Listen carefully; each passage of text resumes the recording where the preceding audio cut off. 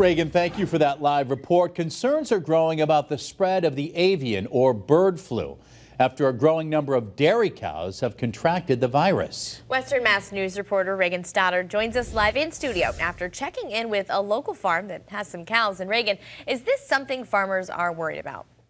It's definitely something local dairy farms are aware of, as the latest strain of the bird flu is showing up in more and more states. According to the U.S. Department of Agriculture, 8 states have cases of dairy cows testing positive for the bird flu. Massachusetts is not one of them at this time. The first human case was also recently diagnosed in Texas.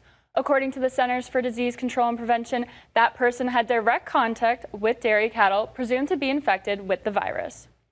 Western Mass News has stopped by McCrae's farm in South Hadley, where they pasteurize, bottle, and sell milk from their dairy cows.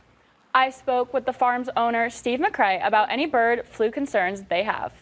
At this point, we know the cows are healthy.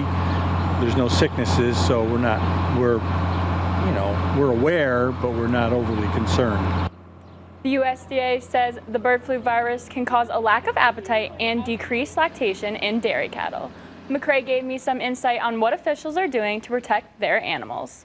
The feds were out here over the winter and in the spring checking on the ducks and the chickens, and there's no problem there. As far as we know, there's no problem here. This spread among dairy cows has surpassed many scientists around the country, since the bird flu has typically only impacted wild birds and backyard chickens in the past. Reporting live in studio, Reagan Stoddard, Western Mass News.